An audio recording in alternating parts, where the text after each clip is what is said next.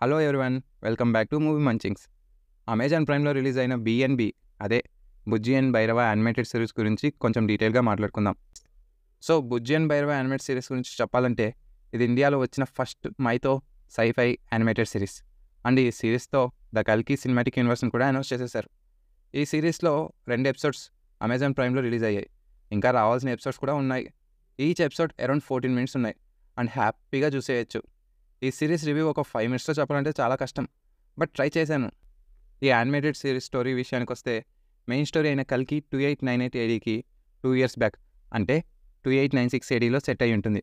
అసలు బుజ్జి ఎవరు, భైరవ ఎవరు, కాశీలో బౌంటీ హంటర్ అయిన భైరవ, అండ్ ఒక ఆర్టిఫిషియల్ ఇంటెలిజెన్స్ బ్రెయిన్ అయిన PUJZ1, అదే మన బుజ్జి, ఎలా కలిశారు, ఎలా ఫ్రెండ్స్ అయ్యారు, అండ్ వాళ్ళ మధ్యలో రిలేషన్ ఎలా ఏర్పడింది, అండ్ వాళ్ళిద్దరూ ఎందుకు కాంప్లెక్స్లోకి వెళ్ళాలనుకుంటున్నారు, అసలు కాంప్లెక్స్ అంటే ఏంటి అనే పాయింట్స్కి బేస్ సెట్ చేసేలా ఉంటుంది ఈ స్టోరీ.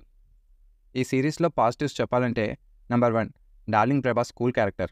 ఆల్మోస్ట్ 13 ఇయర్స్ బ్యాక్ ముందు వచ్చిన డార్లింగ్, మిస్టర్ పర్ఫెక్ట్ తర్వాత వచ్చిన అన్ని మూవీస్లో ప్రభాస్కి సటిల్ యాక్టింగ్ స్కోప్ ఉన్న క్యారెక్టర్సే చేశారు. But after these many years darling original క్యారెక్టర్కి సూట్ అయ్యేలా చాలా కూల్ యాటిట్యూడ్ ఉన్న క్యారెక్టర్ వచ్చింది. అండ్ డైలాగ్స్ కూడా అలానే చాలా కూల్ అండ్ ఫనీగా ఉన్నాయి. Number 2, Keerthy Suresh voice over for Bujji. Keerthy Suresh గారి వాయిస్ చాలా బాగా సెట్ అయింది బుజ్జికి.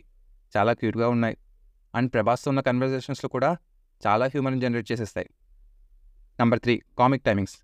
ఫస్ట్ టీజర్ అండ్ క్యారెక్టర్ ఇంట్రెస్ట్లో మూవీ చాలా సీరియస్ టోన్లో ఉంటుందన్న ఇంప్రెషన్ ఇచ్చినా కూడా, ఈ సిరీస్లో మాత్రం ప్రభాస్ అండ్ బ్రహ్మానందం గారి మధ్య వచ్చే సీన్స్ అండ్ కాశీలో ప్రభాస్ చేసే యాక్షన్స్ చాలా ఫన్ జనరేట్ చేస్తుంది, which is totally unexpected. Number 4, story setup and world building. ఈ సిరీస్ ఏదో రికార్డ్స్ క్రియేట్ చేయాలని రిలీజ్ చేసింది కాదు. కల్కి 2898 ఏడీకి ఒక బేస్ సెట్ చేసి, ఆ వరల్డ్లోకి ఆడియన్స్ని తీసుకెళ్ళి మూవీకి ఒక బజ్ అండ్ హైప్ క్రియేట్ చేసి, గ్లోబల్గా మూవీకి మంచి మార్కెట్ తేవడానికి రిలీజ్ చేశారు. వరల్డ్ బిల్డింగ్ కూడా చాలా బాగా చేశారు. 2898 ఏడీలో ఎర్త్ ఎలా ఉంటుంది, అప్పుడు food, water and air resources కోసం మనుషులు ఎలా కష్టపడతారు, అండ్ టెక్నాలజీ ఎంత డెవలప్ అయిందని బాగా చూపించారు. ఈ విషయంలో మాత్రం 100% సక్సెస్ అయ్యారు నాగార్జున గారు. Number 5, music and production values. ఈ సిరీస్లో ఉన్న 2 ఎపిసోడ్స్లో BGM మాత్రం చాలా బాగా సెట్ అయింది, సిచ్యువేషన్ తగ్గట్టు. అండ్ ప్రొడక్షన్ వాల్యూస్ కూడా చాలా బాగున్నాయి. యానిమేటెడ్ సిరీస్ అయినా అంత షార్ట్ టైంలో తీశారంటే ఎక్కడ కాంప్రమైజ్ కాలేదన్నట్టు అనిపిస్తోంది. నెగిటివ్స్.